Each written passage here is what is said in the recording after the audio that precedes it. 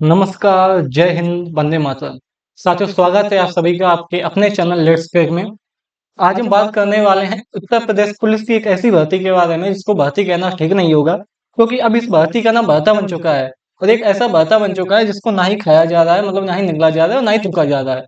क्योंकि देखिए, कोई भी भर्ती होती है उसमें कुछ कुछ स्टूडेंट होते हैं जिनके अच्छे नंबर होते हैं, तो उन्हें तो कन्फर्म होता है कि उनका तो सिलेक्शन हो ही जाएगा। ठीक है ना? लेकिन उन्हें भी इस बात की जल्दी होती है कि जल्दी से जल्दी सिलेक्शन हो, चूँकि ये जो भर्ती है काफ़ी पुरानी भर्ती हो गई है, 2022 में ये भर्ती आई थी। मतलब कुल मिला के इसको 2 ढाई साल से ऊपर हो चुके हैं, ठीक है? 2000 हाँ, ढाई साल हो चुके हैं। तो वो जो इनके अच्छे नंबर हैं, उनको तो ये है कि हमें जल्दी से नौकरी मिले।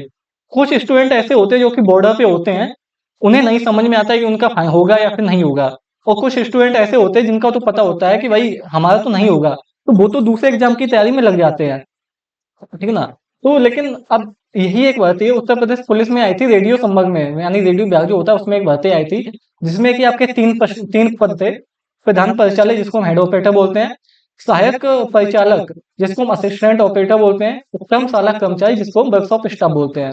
ये 3 वैकेंसी आई थी, तो आज हम इन्हीं के बारे में बात करने वाले हैं कि इसका रिजल्ट कब तक आएगा, ठीक है ना? इसका रिजल्ट कब आएगा? इसकी फिजिकल की कट ऑफ क्या जा सकती है? डीवी, पीएसटी या फिजिकल कब तक हो सकता है? तो क्या रिजल्ट निकलवाने के लिए ट्विटर अभियान चलाना पड़ेगा, नहीं चलाना पड़ेगा? देखिए, मैंने ट्विटर कैंपेन की बात क्यों की, तो उसको यहाँ पे समझते हैं। देखिए, उत्तर प्रदेश में कोई भी भर्ती हो, वो 3 से 4 साल तो मैक्सिमम मतलब ले ही लेती है पूरा होने में।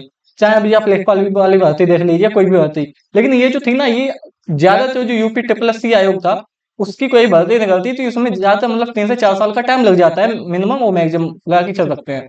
ठीक ना? जैसे कि आपका अभी ये बीपीओ की है, जूनियर असिस्टेंट 2018 टाइपिंग नहीं हो पाई है, बीपीओ की भर्ती है, बीडीओ की भर्ती है, कुल इसमें तो 2015 तक की जो भर्ती वो भी अभी पेंडिंग पड़ी है। लेकिन अब क्या है ना, जो यूपी पीआरपीवी है, मतलब जो यूपी पुलिस रिक्रूटमेंट बोर्ड है, उसमें भी ये ऐसा होने लगा कि अभी इसमें जो भर्ती है ना, वो भी 2-3 साल मतलब ले लेती है कंप्लीट होने में। और एक तो यूपी में अब कोई भी पहले तो फॉर्म का नोटिफिकेशन आएगा। यूपी में किसी भी भर्ती के फाइनल होने की चार मतलब ये चरण है, पहले नोटिफिकेशन आएगा। उसके बाद में आपको फॉर्म निकलवाने के लिए आपको कैंपेन कराना पड़ेगा, ट्विटर कैंपेन, जैसा कि अभी हमने आपको बताया था ट्विटर कैंपेन। तब कहीं जाके गवर्नमेंट को याद आया कि हाँ, हमने नोटिफिकेशन निकाल दिया था, फॉर्म निकालने हैं। उसके बाद में इसका एग्जाम लेने के लिए, एग्जाम डेट के लिए भी आपको ट्विटर कैंपेन करना पड़ेगा, रजिस्ट्री करनी पड़ेगी, धरना देना पड़ेगा, तब जाके एग्जाम होगा। जब एग्जाम हो जाएगा उसके बाद में रिजल्ट रिजल्ट निकलवाने के लिए भी आपको ट्विटर कैंपेन करना पड़ेगा कि माननीय इसका रिजल्ट दे दो, ठीक है ना? उसके बाद में जब रिजल्ट आ जाएगा उसके बाद में फाइनल, तब कहीं जाके फाइनल होता है। और यहीं किसी बीच में आपका कोई भी भर्ती हो, आजकल सब में तो कोर्ट केस हो जाता है। यहीं किसी में एक चरण आप जोड़ सकते हैं कोर्ट केस का, चाहे फिर वो रिजल्ट से पहले हो या फिर रिजल्ट के बाद में। मतलब कि कोर्ट केस तो आजकल होना ही यूपी में, चाहे आप कोई भर्ती देख लीजिए, जैसे मुख्य सेविका का भी चल रहा है केस, उसमें भी क्वालिफिकेशन को लेके केस चल रहा है सुप्रीम कोर्ट में, ठीक है ना? वहीं लेखपाल वालों का अभी थोड़े दिन पहले उनको ज्वाइनिंग मिले, वो भी कोर्ट केस से ही, उनमें भी कोर्ट केस हो गया था। तो कोई भी भर्ती यूपी में उसमें कोर्ट केस होना ही होना है। तो ये कुछ चरण है जिनमें आपको, ये जब चरण पूरे हो जाएंगे तब आपको कहीं जाके फाइनल मिलेगी, जिसमें से आपको 3 से 4 साल लग जाते हैं। और ट्विटर कैंपेन तो जो भी होता है, बिना ट्विटर कैंपेन के तो आपको एग्जाम डेट भी नहीं आती है, रिजल्ट का भी कुछ अता पता नहीं होता है, ठीक है ना? और फाइनल तो भूल ही जाओ। उससे पहले आज हम इसी बारे में बात करेंगे। उससे पहले अगर आपने हमारे जो चैनल है लेट्स क्रिक, इसको अगर सब्सक्राइब नहीं किया है तो इसको सब्सक्राइब कर लें, क्योंकि इस चैनल पर आपको हिस्ट्री की क्लासें चल रही हैं, पॉलिटी की क्लासें चल रही हैं, यूपी जीके की भी आपको पूरी यूपी जीके जो 3 से 4 क्लासों में ही कंप्लीट करवाई जा रही है। 3 से 4 क्लास लगेंगे इसमें यूपी जीके को कंप्लीट होने में। तो और आप पे यूपी कोई भी एग्जाम दे रहे हैं जो भी वनडे एग्जाम है, ये जो यूपी जीके आपको पढ़ाई आ रही है, इससे बाहर कोई भी सवाल नहीं आएगा, ठीक है ना? तो आप इस चैनल को सब्सक्राइब कर लें। और बहुत ही जल्द देखिए, रेडियो ऑपरेटर पे तो ये हमारी पहली वीडियो है, इस चैनल पर पढ़ने वाली पहली वीडियो है। पहले भी काफ़ी यूट्यूब चैनल्स ने इस पर काफ़ी वीडियो बना चुके हैं, तो ये हमारी पहली वीडियो, लेकिन ये आखिरी नहीं होगी। इसके बाद में भी आपको हम डीबी में कौन-कौन से डॉक्यूमेंट लगेंगे, उनके बारे में आपको एक प्रॉपर वीडियो लेके आएँगे। फिजिकल के लिए प्रॉपर वीडियो आएगी फिजिकल के लिए, ठीक है ना? कि क्या-क्या करना होता है, कैसे करना होता है, पूरा फिजिकल के लिए आएगी। और जब आपका फाइनल मतलब जब आपका रिजल्ट आ जाएगा, तो तब भी इस चैनल पे आपको एक वीडियो बना के इन्फॉर्म कर दिया जाएगा। और बहुत ही जल्द ये जो चैनल है इस पर आपकी भारतीय न्याय संहिता, जो अभी आपको जो आईपीसी का अभी जो नाम चेंज हुआ है, आईपीसी को बदल कर जो आपका बीएनएस का ये किया गया है, भारतीय न्याय संहिता, इसकी भी बहुत ही जल्द आपको इस पर क्लास देखने को मिलेंगी प्रॉपर, अगर आप यूपीएसआई की तैयारी कर रहे हैं तो ये आपके लिए बहुत ही इंपॉर्टेंट है। देखो बीएनएस में आपको जो सवाल है वो आने ही आने हैं, क्योंकि 40 सवाल आते हैं यूपीएसआई में जीएस में। उनमें से जो आपका 50% वेटेज होता है वो पॉलिटी प्लस मूल विधि से ही होता है, पॉलिटी प्लस मूल विधि। और ये जो आपका बीएनएस वाला पार्ट है, आपका मूल विधि वाला पार्ट है, तो बहुत ही जल्द आपको बीएनएस प्रॉपर इसमें पूरी पढ़ाई जाएगी कि किस धारा में क्या है, कौन सी धारा एक में क्या है, धारा दो में क्या है, धारा एक धारा दो ये क्या है। तो साथ ही इसको जो पढ़ाया जाएगा वो आपको आईपीसी 1860 का रेफरेंस लेके पढ़ाया जाएगा कि आईपीसी 1807 में धारा एक में क्या था, बीएनएस में धारा एक में क्या हो गया है, कौन सी धारा हटी है, कौन सी नहीं हटी है। तो आप मतलब इस पे आपको बहुत ही अच्छी अच्छी वीडियो मिलने वाली है। बीएनएस हो गया, उसके साथ ही आपको इसमें अभी बहुत ही जल्द जितने भी अधिनियम है, चाहे वो सूचना का अधिकार अधिनियम हो, आईटी एक्ट हो, ठीक है ना, और ये आपका मोटर व्हीकल एक्ट हो, तो जितने भी अधिनियम है उनकी एक पूरा सभी की पूरी एक सीरीज चालू होने वाली है। तो अगर आपने इस चैनल को सब्सक्राइब नहीं किया है तो कर लीजिए, जिससे आपको कोई भी अगर नोटिफिकेशन कहीं से भी नहीं भर्ती का आता है, कोई भी जानकारी होती है तो वो आपको मिलती रहे। तो चलिए शुरुआत करते हैं। तो हम बात कर रहे थे रेडियो पुलिस भर्ती की। साथ ही इसकी जो पहले हम कुछ डेट देख लेते हैं, ये डेट है जैसे कि एप्लीकेशन कब इसमें मतलब फॉर्म कब चलने चालू हुए थे, लास्ट डेट कब थी। पहले की लास्ट डेट फरवरी थी, उसके बाद में इसको बढ़ा के 15 तारीख कर दिया गया, 15 मार्च। उसके बाद में जो फीस सबमिट की डेट थी वही 15 मार्च थी। देखिए फीस सबमिट की एक फिक्स डेट होती है, उसमें आप ये नहीं कि 2 साल और 4 साल जैसा रिजल्ट का होता है या फिर एग्जाम डेट का होता है, उसमें फीस में कोई भी डिले नहीं होता है। फीस तो आपको टाइम पे सबमिट करनी पड़ती है यूपी में, यूपी का कहीं भी हो, फीस में कोई डिले नहीं होता है। आप ये नहीं कह सकते 2 साल बाद कर देंगे, 4 साल बाद कर देंगे, ठीक है ना। रिजल्ट भले आपका लेट हो जाए, ठीक है ना, और एग्जाम डेट भले आपकी ना आए, लेकिन फीस टाइम पे सबमिट होगी। वही एग्जाम डेट की बात करते हैं तो ये हम असिस्टेंट की बात कर रहे हैं। 1 से 8 तारीख को असिस्टेंट का एग्जाम हुआ था, वही 29 से 31 तक आपका जो जनवरी, ये जनवरी है, जो हेड ऑपरेटर वाले और वर्कशॉप स्टाफ वाले थे इनका एग्जाम हुआ था। एडमिट कार्ड जो वही 4-5 दिन पहले आ जाते वहीं आए थे। आंसर की जो आपकी थी वो 24 तारीख को आ गई थी, 24 फरवरी को। इन तीनों की असिस्टेंट, एओ और एचओ और वर्कशॉप स्टाफ तीनों की आंसर की 24 तारीख को आ गई थी। वहीं इसकी जो रिवाइज्ड आंसर की आई थी, यानी जब आपने ऑब्जेक्शन कर लिया उसके बाद में जो आंसर की आई थी वो आपकी ठीक 4 महीने बाद आई थी, यानी 28 जून को आई थी। सामान्यतः ऐसा होता है 1 महीने बाद 2 महीने बाद आंसर की रिवाइज्ड आंसर की आ जाती है, उसी के साथ में रिजल्ट आ जाता है। लेकिन यूपी में ये 4 महीने, यूपी में रिवाइज्ड आंसर की तैयार करने में 4 महीने लग जाते हैं, तो आप रिजल्ट का ही सोच सकते हैं। ये आपका फीस का क्राइटेरिया 400 सभी की फीस थी।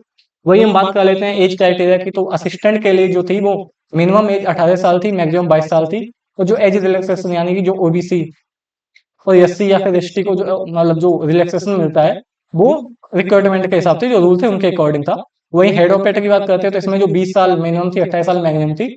वो जो रिलैक्सेशन है वो जो रूल है उसके अकॉर्डिंग, यानी कि 5 साल और 3 साल का, सॉरी 3 साल का और 5 साल की जो छूट मिलती है उसी के अकॉर्डिंग था। अभी कुछ पोस्ट की डिटेल है, यानी 1374 पोस्ट टोटल असिस्टेंट में थी, जिसमें कि आपके जनरल की इतनी थी, ईडब्ल्यूएस, ओबीसी, एससी, एसटी, ये आप देख लीजिएगा। 552, 137, 370 ये आप देख लीजिएगा। इसकी जो क्वालिफिकेशन थी वो थी आपकी 10+2 थी, ठीक है ना। इसकी जो क्वालिफिकेशन थी वो आपकी 10+2 थी, और इसमें आपको फिजिक्स प्लस मैथ कंपलसरी था। वहीं हम बात करते हैं वर्कशॉप स्टाफ की, इसमें टोटल 120 पोस्ट थी। और ये जो है ये मतलब वो क्या नाम टोटल क्राइटेरिया मतलब टोटल पोस्ट है कैटेगरी वाइज कि किस कैटेगरी को कितनी है। मेल और फीमेल दोनों इसमें इंक्लूड है, उसी प्रकार इसमें भी मेल प्लस फीमेल दोनों की है। 1374 है। वर्कशॉप स्टाफ की होगी ये चेस्ट है 79 84 होगा। आगे बताइए हेड ऑपरेटर की होगी। हेड ऑपरेटर में टोटल 936 पोस्ट थी। और इसमें जो एक कैटेगरी वाइज पोस्ट है, जनरल की 379, EWS 92, OBC 252, SC 195, ST total 936 post थी। इस प्रकार आपकी जो टोटल पोस्ट है वो आपकी 2430 पोस्ट होती है जाके। अगर हम मिला देते हैं टोटल कितनी है, 1374 को 120 को 936 को हम मिला देंगे तो ये टोटल जो पोस्ट होगी ये 2430 पोस्ट होंगी जाके। तो कुल मिला के 2430, यानी कि इतनी बड़ी भर्ती भी नहीं है जैसे कि यूपी पुलिस कांस्टेबल भी 60 आए, जो कि रेडियो विभाग एक छोटा विभाग है, इसमें इतनी मतलब जरूरत नहीं होती है। तो 2430 भी एक बड़ी भर्ती थी, 2022 में आई थी। अब बात करते हैं रिजल्ट की। देखिए जो हेड ऑपरेटर था उसकी जो क्वालिफिकेशन थी उसमें आपका 3 ईयर डिप्लोमा मांगा गया था। इंजीनियरिंग जो डिप्लोमा होता है 3 ईयर का डिप्लोमा मांगा गया था। लेकिन इसी में अब एक पेज क्या फंसा है कि जो आपका डिप्लोमा मांगा गया था तो कुछ चैनल्स है या फिर कुछ चैनल्स ने बीटेक, मतलब जो बीटेक को भी इसमें बीटेक वीडियो बना जिसमें उन्होंने बताया कि क्वालिफिकेशन में बीटेक भी अलाउ है। तो काफी ऐसे स्टूडेंट थे जिन्होंने बीटेक कर रखी थी और उन्होंने भी इसमें फॉर्म फिल किया था, अप्लाई किया था। उसके बाद में उन्होंने इसकी प्रॉपर 2 साल तक तैयारी की। है ना? उसके बाद में जब से एग्ज़ाम हुआ तो उन्होंने एग्ज़ाम दिया, एडमिट कार्ड आ गया, एग्ज़ाम दिया। उनके अच्छे नंबर भी आए हैं, बीटेक वाले स्टूडेंट हैं, उनके अच्छे-अच्छे नंबर हैं। 330 340 तक उनके नंबर गए हैं। लेकिन जब उनके अच्छे नंबर आ गए, ठीक है ना? और चूँकि ये जो भर्ती थी वो डिप्लोमा वालों की थी। तो अब तो फिर भारतीय बोर्ड की तरफ से एक आईजीआरएस का पहले से ये खबर मतलब अफ़वाह उड़ रही थी कि बीटेक इसमें अलाउ नहीं होगा, अलाउ होगा, नहीं होगा। तो बीटेक वाले स्टूडेंट की तरफ से उनपे आरटीआई से मतलब मेल माँगा, आरटीआई से जॉब माँगा गया, ठीक है ना? और भारतीय बोर्ड की तरफ से आईजीआरएस, आरटीआई, मेल इन तीनों में रिप्लाई आया कि बीटेक चूँकि उच्च डिग्री है डिप्लोमा की, इसलिए बीटेक को इन होगा। तो जब ये बात डिप्लोमा वालों को पता चली तो उन्होंने इलाहाबाद हाई कोर्ट में इसको लेकर के केस फाइल कर दिया कि बीटेक को इसमें से आउट किया जाए। उसके बाद में इलाहाबाद हाई कोर्ट ने भारतीय बोर्ड को जवाब दर्ज करने के लिए टाइम दिया। उसके बाद में भारतीय बोर्ड ने जवाब दिया। उसने ये कहा कि जो बीटेक है वो उच्च डिग्री है डिप्लोमा की, इसलिए इसको मान्य नहीं किया जाएगा। ये जो भर्ती है केवल डिप्लोमा की है। वो जो इलाहाबाद हाई कोर्ट में भर्ती बोर्ड ने अपने काउंटर में ये कहा। जब इलाहाबाद हाई कोर्ट में भर्ती बोर्ड ने काउंटर दिया तो उसको लेके जो बीटेक वाले स्टूडेंट थे उन्होंने भी इलाहाबाद हाई कोर्ट में केस कर दिया कि हमने भी मतलब प्रॉपर पहले आपने कोई भी ऐसा नोटिफिकेशन नहीं निकाला कि बीटेक अलाउ है या नहीं है। जब हमने पूरी तैयारी कर ली, हमने एग्जाम दे दिया, हमारे अच्छे नंबर आ गए, तब आप कह रहे हैं कि बीटेक अलाउ नहीं है। तो इसको लेकर उन्होंने इलाहाबाद हाई कोर्ट में केस दर्ज कर दिया। उसके साथ में अभी आपको पता है जून में कोर्ट बंद रहती है, तो जून में जब छुट्टी थी तो उसके बाद में उन्होंने लखनऊ जो इलाहाबाद हाई कोर्ट की खंडपीठ है लखनऊ, उसमें भी बीटेक वाले स्टूडेंट ने केस कर दिया कि बीटेक को इसमें इन किया जाए। तो अब इसमें 3 केस पड़े हुए हैं, 3 कोर्ट केस पड़े हुए हैं, 2 जो इसमें इलाहाबाद हाई कोर्ट में है, जिसमें एक केस आपका बीटेक की तरफ से, एक केस डिप्लोमा की तरफ से है। वो जो आपका एक केस है वो आपका लखनऊ बेंच में है। तो मैंने आपको पीछे भी बताया था कि जब तक यूपी में भर्ती में कोर्ट केस ना हो, तब तक भर्ती कंप्लीट नहीं होती है। तो इसमें भी 3 केस पड़े हुए हैं। तो अब इनमें से देखते हैं कि कब तक इनका डिसीजन आता है। अभी इनमें से 2 की सुनवाई जो कि 15 जुलाई को थी और 16 जुलाई को थी। ये 2 सुनवाई थी अलग-अलग केसों में, लेकिन ये किसी भी कारणवश ये सुनवाई नहीं हो पाई। अब जब इसमें सुनवाई होगी, किसी भी एक केस का डिसीजन आएगा, तब देखते हैं क्या होता है आगे। तो ये पूरा जो अब तक कोर्ट केस था, उम्मीद करते हैं आपको समझ आ गया कि आ गया होगा कि कोर्ट में क्या केस पड़ा हुआ है और क्या किसको समस्या आ रही है। अब आगे बात करते हैं रिजल्ट की। अब रिजल्ट के देखिए, रिजल्ट के संबंध में ना ये अभी 2 मतलब लेटर वायरल हुए थे, जिसमें कि पीएचडी करवाने देखिए सबसे पहला जो लेटर था, जो फर्स्ट लेटर था, वो एक वायरल हुआ था जिसमें कि आपको चेस्ट मेजरमेंट के लिए और हाइट मेजरमेंट के लिए आपकी मशीनों का वो मांगा गया था कि किस जिले में कितनी मशीनें हैं।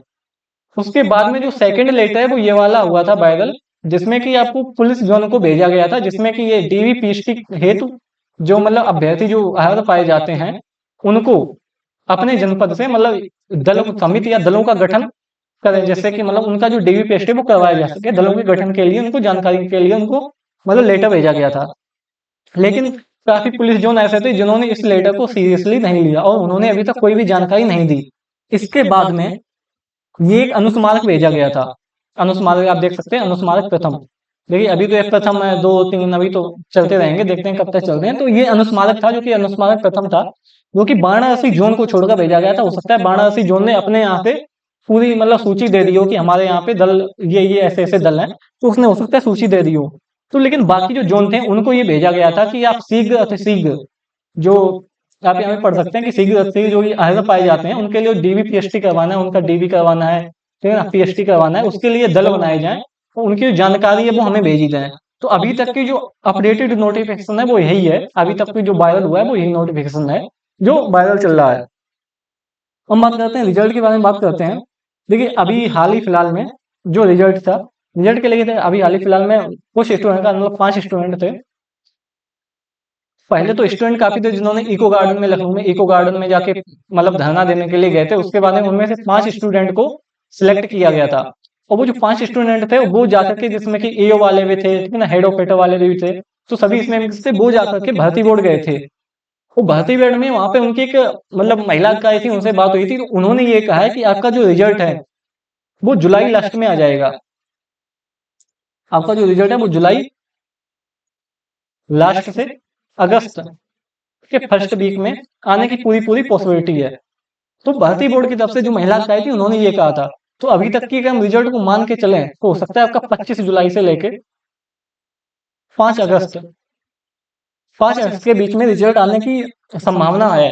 क्योंकि कंफर्म नहीं कर सकते, कंफर्म तो वो महिला अधिकारी नहीं बता सकते कि रिजल्ट कब आएगा, वो भी एक संभावना नहीं बता सकते। उनका ऐसा कहना था कि जब रिवाइज्ड आंसर की आई है तो उसके बाद में जो है आप लोग को भी पता होगा काफ़ी मतलब क्योंकि एक से देखिए काफ़ी ऐसी शिफ्ट थी जैसे 1 से 8 तक तो असिस्टेंट वालों का एग्ज़ाम हुआ था, ठीक ना? तो कुछ मतलब काफ़ी शिफ्ट को कुछ एग्ज़ाम मतलब क्वेश्चन कैंसल हो गए 6 से 4-4 6-6 क्वेश्चन तक कैंसल हो गए। क्वेश्चन मतलब जो आंसर थे वो चेंज कर दिए गए। तो उन महिला अधिकारी का ये कहना था कि जो आपका जो आंसर की में मतलब जो बदलाव हुए हैं, उनकी वजह से रिजल्ट को दोबारा से तैयार किया जा रहा है, इसलिए इसमें टाइम लग रहा है, क्योंकि इसमें टाइम लगना नहीं चाहिए क्योंकि रिजल्ट तैयार करने में इतना टाइम तो नहीं लगना चाहिए। बाकी उनका यही कहना है, तो अब देखते हैं रिजल्ट को मतलब अभी तक तो उम्मीद कर सकते हैं वो यही है कि 25 जुलाई से 5 अगस्त तक आपका रिजल्ट आने की संभावना बनी हुई है। कन्फर्म इसको नहीं कह सकते हैं। हम बात कर लेते हैं कट ऑफ की। देखिए जो कट ऑफ ही असिस्टेंट ऑपरेटर वालों की है और फिजिकल के लिए है। फाइनल कट ऑफ तो कोई भी नहीं बता सकता है, क्योंकि जब तक फिजिकल की कट ऑफ का अंदाजा नहीं होगा तब तक कोई भी फाइनल नहीं बता सकता कितनी जाएगी। तो फिजिकल की कट ऑफ की बात करते हैं, देखिए इसका जो एग्जाम था वो भी इतना मतलब इजी नहीं था, मॉडरेट लेवल का एग्जाम था, जिसमें कि आपकी जीएस में जो आपका जीएस की हम बात करते हैं तो 50% से प्लस ही आपके जो फिजिक्स आई थी। फिजिक्स से क्वेश्चन पूछे गए थे जिसमें कि आपके न्यूमेरिकल और थ्योरी दोनों इंक्लूड हुए। तो इतना भी इसका मतलब एग्जाम इजी नहीं था। कुछ लोग हैं जो कि रेडियो रेडियो को हम एसएससी जीडी से कंपेयर कर रहे हैं। तो देखिए रेडियो एसएससी जीडी का कोई भी कंपेरिजन नहीं है, क्योंकि सिलेबस सब में सेम है, इसमें भी हिंदी है, इसमें भी हिंदी है, मैथ इसमें भी मैथ ही इसमें भी मैथ है, जीएस और रीजनिंग इसका भी सेम है, जीएस है और रीजनिंग है। देखिए इसमें जो हिंदी के ना वो हिंदी के लिमिटेड चैप्टर दिए गए, यानी कि कुल मिला के 6 से 7 चैप्टर हैं जिसमें कि पूरे हिंदी आ जाती है, इसमें जो है केवल 20 सवाल ही जाते हैं। वही मैथ की बात करते हैं तो मैथ में भी लिमिटेड चैप्टर जैसे परसेंटेज हो गया, प्रॉफिट लॉस, SI CI, मतलब इनमें से सवाल ज्यादा आते हैं, तो इसमें भी 20 ही सवाल आते हैं, लिमिटेड चैप्टर से ही सवाल आते हैं।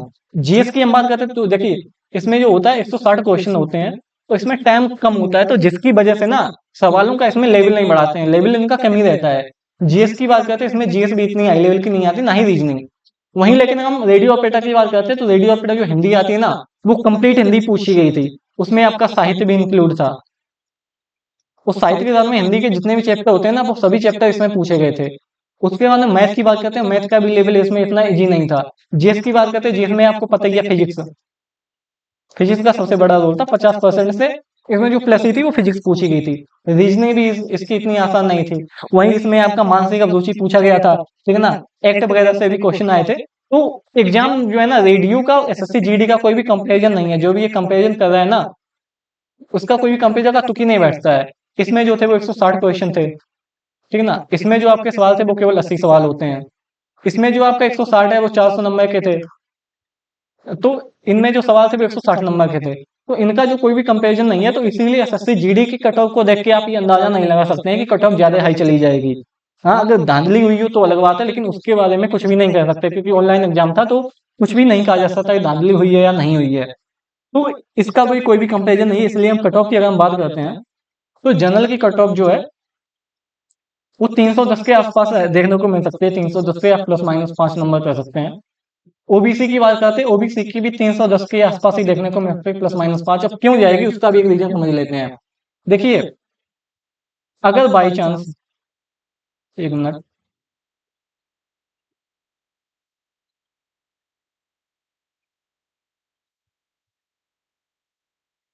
देखिए अगर बाई चांस जैसे ये जो आपका केस चल रहा है हेड ऑपरेटर का, बीटेक वर्सेस डिप्लोमा का,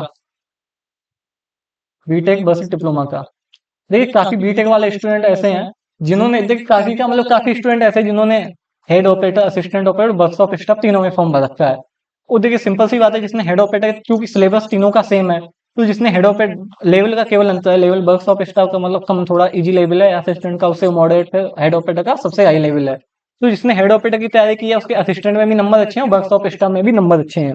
ऐसे ही काफी स्टूडेंट ऐसे हैं जिन्होंने बीटेक वाले हैं, बीटेक की जिन्होंने की है उन्होंने हेड ऑपरेटर में फॉर्म भर रखा है, एओ में ही भर रखा है, वर्कशॉप स्टाफ में ही भर रखा है, तो उनके तीनों में अच्छे नंबर है। अगर देखिए जो फिजिकल की कट ऑफ है ना उसमें आपको अंतर नहीं मिलेगा, जो फिजिकल की कट ऑफ है वो तो आपको हाई जाएगी, क्योंकि फिजिकल की कट ऑफ में तीनों के नंबर कोई भी अंदाजा नहीं लगा सकता है कि कोई भी बंदा है वो हेड ऑपरेटर करेगा, असिस्टेंट भी करेगा, तीनों का फिजिकल देगा, ये अंदाजा नहीं लगाया जा सकता है। तो फिजिकल की तो कट ऑफ जितनी जानी है वो जानी है। उसके बाद में जो फाइनल कट ऑफ आएगी रनिंग के बाद में, अब हो सकता है जिसका नंबर हेड ऑपरेटर में अच्छे हों वो असिस्टेंट का मतलब दौड़ने क्यों जाएगा भाई, रनिंग अलग अलग होगी, पोस्ट प्रेफरेंस नहीं बढ़ाई मतलब बढ़वाई जाएगी, तो वो हेड ऑपरेटर की रनिंग करने क्यों जाएगा जब उसे पता है कि हमारा हेड ऑपरेटर में हो जाएगा।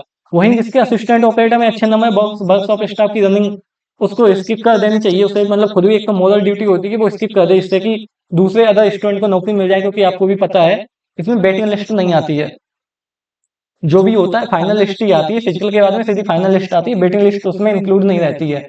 अगर कुछ वैकेंसी खाली रह जाती है तो उन्हें अगली बार में जोड़ दिया जाता है। उनके बाद में फिर से उनको सेकंड लिस्ट या थर्ड लिस्ट ये नहीं निकाला जाता है। तो अगर बीटेक वाले स्टूडेंट अलाउ हो गया हेड ऑपरेटर में, तो वो जाहिर सी बात है मतलब एओ बस ऑफ स्टाफ का फिजिकल स्किप कर देंगे, जिससे इनकी जो फाइनल कट ऑफ है, जो कि इनकी जो फाइनल कट ऑफ होगी उसमें अंतर देखने को मिल सकता है। जो फाइनल कट ऑफ है उसमें अंतर देखने को मिल सकता है कि वो ज्यादा ना बढ़े। फिजिकल की हो सकता है 5 से 10 नंबर तक बढ़े, ज्यादा ना बढ़े। लेकिन अगर वही इसमें बीटेक आउट हो जाता है, डिप्लोमा में बीटेक आउट हो जाता है, तो फिर उनके पास में असिस्टेंट ही एक ऑप्शन रहेगा और वर्कशॉप ऑप्शन रहेगा। तो असिस्टेंट जब उनके पास में ऑप्शन होगा तो इसकी जो फाइनल कट ऑफ है, क्योंकि हेड ऑपरेटर का तो चांस उनके पास से खत्म हो गया, तो जो हेड ऑपरेटर जो असिस्टेंट है उसकी जो फाइनल कट ऑफ है उसमें आपको मतलब बढ़त दिख सकती है। हो सकता है ये 15 नंबर तक बढ़ जाए, 20 तक चली जाए। तो फिर फाइनल कुछ नहीं कहा जा सकता। अब कुछ लोग ये कहेंगे कि असिस्टेंट ऑपरेटर में तो 22 साल ही मैक्सिमम है, तो इसकी कैसे बढ़ सकती है। आप लोगों में से काफी लोगों का डाउट आ रहा होगा, काफी लोगों को ये डाउट होगा। तो देखिए जो जनरल की कैटेगरी की है ना, जो जनरल की है उसकी है ये 22 साल मैक्सिमम। बाकी जो ओबीसी हैं, एससी हैं, एसटी हैं, इनको जो छूट मिलती है, इनको 3 साल की, उसके बाद में इन दोनों लोगों को 5 साल की छूट मिलती है। उनमें तो ये मतलब बीटेक वाले स्टूडेंट जिनके पास में सर्टिफिकेट है वो आ जाएंगे ना। भाई जाहिर सी बात है, जनरल की तो 22 साल है, तो जनरल में तो शायद ही कोई ऐसा हो जैसे कोई 22 साल एक जो उसने बीटेक कर ली हो। तो बाकी लेकिन काफी स्टूडेंट ऐसे होंगे जिनकी इनके बीच में एज आ रही होगी, ओबीसी से होंगे, एससी से होंगे, एसटी से होंगे, उनके नंबर भी अच्छे होंगे और वो इस वाली कैटेगरी में आ रहे होंगे, तब वो असिस्टेंट ऑपरेटर की। इसीलिए मैंने कहा है कि जो ओबीसी की कट ऑफ है ना वो 310 मतलब जनरल के ही बराबर जा सकती है। क्योंकि रीजन आपको समझ में आ गया होगा, क्योंकि हेड ऑपरेटर में जो बीटेक वाले स्टूडेंट जिनके अच्छे नंबर हैं, अगर वो हेड ऑपरेटर में अलाउ नहीं होते हैं तो वो फिर असिस्टेंट में आएंगे। वो जो चूंकि उन्हें रिलैक्सेशन मिलेगा इसलिए वो इसकी कट ऑफ मतलब इसमें क्वालिफाई करेंगे। इसलिए इसकी मतलब बराबर जा सकती है कट ऑफ। रीजन समझ में आ गया होगा। ईडब्ल्यूएस की बात करते हैं तो उसमें आप क्या कहते हैं 300 या फिर 305 मान के चलते, 305 प्लस माइनस 5 नंबर है तो आप फिजिकल के लिए लग जाएंगे। और एससी एसटी की बात करते हो आपके अगर 290 है, 290 प्लस या उसके आसपास नंबर है तो आप फिजिकल कर सकते हैं। फीमेल की अगर हम बात करते हैं, फीमेल की जनरल कैटेगरी फीमेल के 300 आसपास, और बाकी जो अदर कैटेगरी मतलब उनके 290 तक अगर किसी के नंबर है तो वो आप अपनी रनिंग को तैयार कर सकते हैं। क्योंकि देखिए 2022 की वैकेंसी है, ईडब्ल्यू की कट ऑफ इसलिए भी कम जाएगी क्योंकि 2022 में, क्योंकि 2021 का इसमें ईडब्ल्यू लेगा तो हो सकता है काफी लोग ना बनवाया हो, उन्होंने ईडब्ल्यू कैटेगरी से फॉर्म भर दिया हो, तो इसलिए ईडब्ल्यू की यहाँ पे कम जाना बनता है। और वही फीमेल की बात करते हैं तो 2022 की वैकेंसी देखिए इतने फॉर्म पड़े थे नहीं पड़े थे कुछ भी अंदाजा नहीं है। तो फिजिकल तो आपको 290 अगर आपके नंबर हैं फीमेल के तो आप इसकी तैयारी में लग जाइए। वही हम वर्क्स ऑफ स्टाफ की बात करते हैं, देखिए सबसे ज्यादा जो कट ऑफ जाएगी ना वो वर्क्स ऑफ स्टाफ की जाएगी। हो सकता है इसकी 340 तक चली, या फिजिकल के लिए तो इसमें 320 या फिर 330 तक जाएगी, लेकिन ये फाइनल 340 तक पहुंच सकती है। 340 345 तक पहुंच सकती है, क्योंकि देखिए इसमें 120 ही पोस्ट है। और जिसने भी एओ की तैयारी की है, एचओ की तैयारी की है, उसमें अगर उसके नंबर अच्छे नहीं आए हैं तो बस ऑफ स्टाफ में क्या देखिए इसका जो एग्जाम का लेवल था ना वो भी इतना हाई नहीं था, तो इसमें तो बच्चों के अच्छे अच्छे नंबर हैं, तो इसकी जो कट ऑफ है वो तो हाई जा सकती है। वही हम हेड ऑपरेटर की बात करते हैं तो हेड ऑपरेटर की कट ऑफ इतनी नहीं जाएगी। इसमें अगर आपके 290 या फिर 250 290 के आसपास नंबर हैं तो आप रनिंग इतनी चालू कर सकते हैं। ये केवल डिप्लोमा की है, अगर इसमें बीटेक अलाउ होता है तो ये कट ऑफ इसकी भी हाई जाने वाली है। अब हम बात करते हैं रिजल्ट की। देखिए कट ऑफ की बात हो गई है, ये कट ऑफ है आपकी असिस्टेंट की कट ऑफ है। ये रिजल्ट की हमने बात कर ली 25 जुलाई से 5 अगस्त की। अब हम बात करते हैं ट्विटर अभियान की। देखिए यूपी में मैंने आपको पहले भी बताया है, कोई भी भर्ती हो बिना ट्विटर की कंप्लीट नहीं होती है। आपको जब एग्जाम डेट चाहिए थी तब भी आपने इसके लिए ट्विटर अभियान किया था कि ट्विटर अभियान से आपको एग्जाम डेट मिली थी, फरवरी में एग्जाम डेट हुआ था। वही हम बात करते हैं, देखिए चूंकि जो महिला अधिकारी हैं उन्होंने आपको आश्वासन दिया है रिजल्ट का जुलाई लास्ट में, तो जुलाई लास्ट का। लेकिन फिर भी एक बार मुझे ऐसा लगता है कि एक बार जितने भी मतलब बड़े बड़े चैनल हैं, जैसे एग्जाम्पल हो गया RWA, देखिए RWA को तो आप भूल जाओ, ये तो, इनका तो रेडियो ऑपरेटर पे कोई भी वीडियो नहीं आ रहा है। वैसे तो ये अपने व्हाट्सएप चैनल पे मतलब छोटी से छोटी जानकारी देते हैं, लेकिन जब इसकी रिवाइज्ड आंसर किया है तब भी इन्होंने कोई भी जानकारी नहीं दी, ठीक ना। तो RWA से तो आप भूल जाओ, कोई ये मतलब इनको इनसे कुछ भी सहायता मिलेगी। वैसे इनसे भी एक बार बात करके देखनी चाहिए इनके तो सर से कि जो भी हो गया है, आपने जो वीडियो बनाई थी वो मतलब काफ़ी टाइम हो गया, उसको भूल जाओ। लेकिन अब जो इसको रिजल्ट निकलवाने में आप, मेरा तो इनसे ये कहना है कि जो भी पहले वीडियो थी आप उसको भूल जाइए। बाकी आप रिजल्ट निकलवाने में आप ट्विटर कैंपेन में साथ आइए, ठीक है ना। वही एग्जाम को देखिए, एग्जाम को वाले विवेक सर हमेशा स्टूडेंट के लिए खड़े होते हैं। जब इसकी आंसर की नहीं आई थी तब भी उन्होंने इस पे ट्वीट किए थे कि मतलब इतना एग्जाम हो गया, ना ही रिजल्ट का कुछ अता पता है, ना ही आंसर की का। तो एग्जाम्पल वाले विवेक सर का तो साथ मिल सकता है, ठीक है ना। वही हम बात करते हैं। और दूसरे जो क्रिएटर हैं, जैसे कि काफी ऐसे चैनल हैं जो कि इस पे वीडियो बनाते हैं, जिन्होंने इसकी तैयारी भी की करवाई थी। तो मेरा उन सभी लोगों से ये कहना है कि आप सभी लोग एक साथ आइए, एक प्लेटफॉर्म पे आइए। चाहे फिर वो आप एक ग्रुप बना लीजिए, कोई भी एक ग्रुप, उसमें जितने भी मतलब जितने भी यूट्यूब क्रिएटर हैं वो सभी ऐड हों, और वो प्रॉपर एक डेट फाइनल करें। मेरे हिसाब से तो देखिए 25 जुलाई सही रहेगा। 25 जुलाई से एक दो नीचे, बाकी आप लोग अपने हिसाब से तैयारी मान के चल सकते हैं। 20 जुलाई 20 को रख सकते हैं। मतलब एक डेट में, कुल मिला के कहने का मतलब है कि एक डेट फाइनल कीजिए, जिससे कि क्या है ना, देखिए आपको पता है कि 2430 पद हैं, इतनी कोई बड़ी संख्या नहीं है। तो जब देखिए एक ट्रेंडिंग में तो आना मुश्किल है, लेकिन फिर भी जब आप एक डेट फाइनल करेंगे, इस पे एक वीडियो होगी, तो हो सकता है कुछ इसका असर, देखिए असर तो पड़ता है, लेकिन जब अधिक मात्रा में ट्वीट होगी ना, तभी असर पड़ेगा। तो मेरा आप सबसे यही कहना है, यही निवेदन है कि एक साथ आइए, एक प्लेटफॉर्म पे आइए, एक डेट डिसाइड कीजिए, एक हैशटैग डिसाइड कीजिए, declare UP radio operator result, या कुछ भी जो सभी लोग मिलकर डिसाइड करें। और तब आप एक ट्विटर अभियान चलाएं, जिससे कि भर्ती बोर्ड को भी ये याद रहे कि हाँ भाई, हमें इसका रिजल्ट देना है। क्योंकि आपको भी पता है कि जो यूपी कांस्टेबल है, उसके भी 60,000 प्लस पद है, उसका भी री एग्जाम होना है। तो भर्ती बोर्ड इसकी भी तैयारी में अभी लगा हुआ है। तो कहीं इस री एग्जाम की तैयारी में ये जो आपका रेडियो ऑपरेटर है, ये छूट ना जाए, इसके लिए आपको देखिए, आप सबने इसके लिए वीडियो बनाई है, इसकी तैयारी करवाई, तो आपका भी अब एक नैतिक दायित्व होता है कि आप इन बच्चों को, इनका रिजल्ट मतलब इनको रिजल्ट प्रोवाइड करवाने हैं, और आप साथ हैं। तो आप इस पे एक साथ आए, पूरा एक डेट डिसाइड करते हैं, तो फिर एक ट्विटर अभियान चलाते हैं, इससे भर्ती बोर्ड को याद रहे कि हमें इसका रिजल्ट देना है। बिना ट्विटर अभियान के देखिए, भले ही महिला अधिकारी ने कुछ भी कहा, उन्होंने कुछ अधिकारी ने कुछ भी कहा हो, लेकिन आपको एक साथ आना ही पड़ेगा। ट्विटर एक बार अभियान चलाना पड़ेगा, तभी कुछ होगा, नहीं तो इसका कुछ भी नहीं होने वाला है। अभी जुलाई लास्ट है, अगस्त में पहुंच जाएगी, फिर कुछ कहीं कुछ नहीं कह सकते कि कब इसका रिजल्ट आएगा। तो इसीलिए मेरा जितने भी कंटेंट क्रिएटर हैं और जो भी स्टूडेंट हैं, जो भी किसी भी चैनल को सब्सक्राइब किए हैं, उन्होंने उनसे पढ़ाई की है, तो एक बार आप उनसे मांग कीजिए, उनसे कमेंट कीजिए कि ये आप इसको लेकर के एक ट्विटर कैंपेन चलाएं, तभी इस पे कुछ हो सकता है। तो ये तो होगी ट्विटर अभियान की बात कि हमें करना है या नहीं करना है। आपको कट ऑफ भी बता दी, रिजल्ट भी बता दिया। अब आते हैं इसकी फिजिकल एलिजिबिलिटी को लेके। देखिए फिजिकल एलिजिबिलिटी तीनों की सेम है। मेल के लिए आपको हाइट 168 सेंटीमीटर चाहिए, और एसटी कैटेगरी के लिए 160 सेंटीमीटर। चेस्ट की हम बात करते हैं, मिनिमम आपका 79 होना चाहिए, और मैक्सिमम आपका 84 होना चाहिए। 5 सेंटीमीटर का फुलाव मांगते हैं, सभी में होता है। 77 से 82 आपका एसटी के लिए है। फीमेल की बात करते हैं, आपकी जो हाइट है वो 122 सेंटीमीटर है, और एसटी के लिए 147 है। और फीमेल का आपका चेस्ट नहीं नापा जाता है, तो इनमें चेस्ट नहीं है, नॉट एप्लीकेबल। वही हम रनिंग की बात करते हैं, रनिंग जो है आपकी 4.8 किलोमीटर है 28 मिनट में, और फीमेल के लिए 2.4 किलोमीटर 16 मिनट में। यानी आपका 400 मीटर का आपका जो ग्राउंड होगा, उसके कुल मिला के आपको 12 चक्कर लगाने हैं। ये आपकी होगी फिजिकल एलिजिबिलिटी। तो आप फिजिकल एलिजिबिलिटी को लेके भी आप एक काम कर सकते हैं। आप फिजिकल एलिजिबिलिटी के देखिए, जब तक आपका रिजल्ट नहीं आता है, क्योंकि जो लड़के बॉर्डर पे, मैं उनके लिए बता रहा हूँ, जो भी बॉर्डर पे हैं, अगले पेज पे ही समझा देता हूँ, इसी पे समझा देते हैं, इस पे आ जाते हैं। देखिए जो लड़के बॉर्डर पे हैं, या फिर जिनको तो पता नहीं होना, वो तो अगले एग्जाम की तैयारी में लग गया, लेकिन जो बॉर्डर पे हैं वो क्या कर सकते हैं, अगले एग्जाम की भी आप तैयारी साथ में करते हैं। जैसे यूपी कांस्टेबल का एग्जाम आने वाला है, 60,000 वैकेंसी है, अच्छा मौका है। इसका भी री एग्जाम आपको जल्द होगा, इस पे भी अभी आपको एक वीडियो मिल जाएगी, एक दो दिन में मैं डिटेल वीडियो आपको दे दूंगा कि कब तक इसका री एग्जाम हो सकता है। तो इसमें लग जाएगी। अब आप क्या कर सकते हैं कि देखिए, अगर आप सुबह दौड़ने जाते हैं, तो सुबह दौड़ में क्या होता है कि आपको वहीं शरीर थक जाता है, आलस आने लगता है, जिससे कि क्या होता है कि आप पूरे दिन पढ़ नहीं पाते हैं। तो आप क्या कर सकते हैं कि आप सुबह ना जाके आप शाम को दौड़ने जा सकते हैं। शाम को आप जाइए ग्राउंड में या फिर सड़क पे जहां भी जाते हो, आप शाम को दौड़ने जाइए।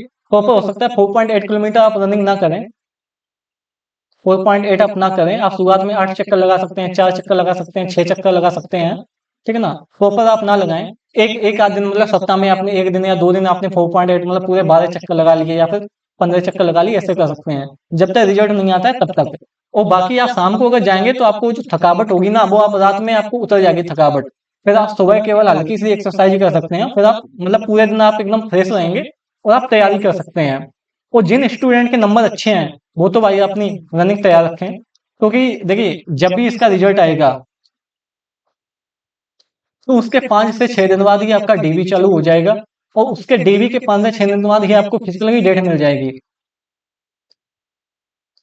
तो आपको रिजल्ट के बाद में कुल मिला के 10 से मतलब 15 से 20 दिन ही मिलेंगे केवल फिजिकल के लिए। तो आपको फिजिकल अभी से तैयार रखना है कि जब आपको 15 से 20 दिन मिले तो फिर आपका टाइम ऐसा ना हो कि किसी का टाइम 32 मिनट आ रहा है, 34 मिनट आ रहा है। सभी का टाइम 28 मिनट ही आना चाहिए। अगर किसी का 29 मिनट भी आ रहा है तो भी वो आपका 28 मिनट में लाने की कोशिश करे, जिससे कि क्या है ना, तो ये जो 15-20 दिन मिलेंगे इनमें आप सुबह शाम दोनों टाइम रनिंग कीजिए और एक्सरसाइज कीजिए। देखिए आपको चेस्ट भी ध्यान देना है, 5 सेंटीमीटर का फुलाव मांगते हैं, तो ये भी आपको ध्यान देना है, क्योंकि अगर इसमें चेस्ट नहीं हुआ ना तो इसमें ये बाहर कर देंगे। बाकी अदर उसमें क्या होता है, जैसे एसएससी जीडी हुआ उसमें क्या होता है, वो आपको अगर थोड़ा बहुत कम भी है तो वो चल जाता है, लेकिन इसमें यूपी पुलिस में ऐसा नहीं होता है। यूपी पुलिस में ऐसा नहीं होता है, वो आपको बाहर कर देंगे अगर आपका कम है तो। आपको चेस्ट को भी ध्यान में रखना है। बाकी आपको तैयारी करनी, जैसे आपको रिजल्ट आता है तो वैसे ही आपको 28 मिनट ही आपका टाइम आना चाहिए, जिसके भी अच्छे नंबर हैं। और बाकी जिसके नंबर बॉर्डर पे हैं वो भी अपनी तैयारी प्रॉपर रखे कि जैसे ही रिजल्ट आए वैसे ही आप पूरी प्रॉपर 4.8 किलोमीटर का दौड़ लगाना चालू कर दें। भले ही आपको दोनों टाइम जाना पड़े, सुबह भी जाना पड़े शाम को भी जाना पड़े। देखिए 10-15 दिन की बात है, आप सुबह शाम दोनों टाइम जा सकते हैं। और जिसकी भी अगर 1-2 मिनट ज्यादा भी है ना, जैसे किसी की 29 मिनट आ रही है, 30 मिनट आ रही है, तो वो भी स्टूडेंट टेंशन ना ले। देखिए यहाँ पे क्या होता है ना, आप अकेले दौड़ते हैं तो अकेले दौड़ने में आपको टाइम ज्यादा लगता है, लेकिन जब आप ग्रुप में दौड़ते हैं ना, जैसे जब आप फिजिकल देने जाएंगे तो वहां पे आपको 100 बच्चों का 100+100 के लगभग बच्चे होंगे, उनका एक पूरा ग्रुप दौड़ाया जाएगा। तो जब ग्रुप में दौड़ते हैं ना तो फिर आपकी स्पीड ऑटोमेटिक बढ़ जाती है। तो वहां पे जिसकी 29 मिनट है ना, 29 मिनट है या फिर 30 मिनट है, वो वहां पे 28 मिनट में आने की उसकी संभावना होती है। अगर आप उसने थोड़ी सी मतलब ताकत लगा दी तो वो 28 मिनट में प्रॉपर अपनी दौड़ मार सकता है। तो आपको फिजिकल की भी तैयारी साथ साथ में करनी है। आप शाम को दौड़ने जा सकते हैं, जिससे कि दिन में थकान ना हो, आप अपनी अगले के एग्जाम की तैयारी कर सकें। बाकी जिसके अच्छे नंबर हैं वो यूपीएसआई की भी भर्ती आने वाली है, इस पे भी अभी आपको एक वीडियो मिल जाएगी कि यूपीएसआई की भर्ती कब तक आ सकती है, कितने पदों पे आएगी। तो आप लोग तैयारी करते रहें। तो अगर आप लोगों को कोई भी डाउट हो, देखिए अगर ये तो ट्विटर कमेंट में बात होगी, आपको कोई भी डाउट हो तो आप कमेंट कर सकते हैं। कोई भी समस्या, जैसे फिजिकल के रिलेटेड समस्या हो, डीवी पीएचडी डिग्री में कौन कौन से डॉक्यूमेंट लगे उनका समस्या हो, तो आप कमेंट कर सकते हैं। आपको एक अगली वीडियो मिल जाएगी इसी के ऊपर। बाकी डीवी के लिए तो आपको एक प्रॉपर मैं वीडियो लाने वाला हूँ कि कौन कौन से डॉक्यूमेंट लगेंगे, क्या क्या डॉक्यूमेंट होगा। तो आप लोग अपनी फिजिकल करते रहें, रनिंग करते रहें और अगले एग्जाम की भी तैयारी करते रहें। मिलते हैं फिर आपसे अगले वीडियो में। और अगर आपने चैनल को सब्सक्राइब नहीं किया तो सब्सक्राइब कर लीजिए, लाइक कर दीजिए, अपने दोस्तों के साथ में शेयर कीजिए। और बाकी आप जहाँ भी पढ़ रहे हैं ना, वहाँ पे उन टीचर से यहाँ पे जहाँ पे भी आप कनेक्ट हैं उनसे एक बार कहिए कि भैया ट्यूटर अभियान चलाना है, तो इसके लिए आप साथ आए। तो मिलते हैं फिर अगले वीडियो में, जो ये अगली अपडेट होगी वैसे ही आपको सूचित कर दिया जाएगा। तब तक के लिए जय हिंद, वंदे मातरम।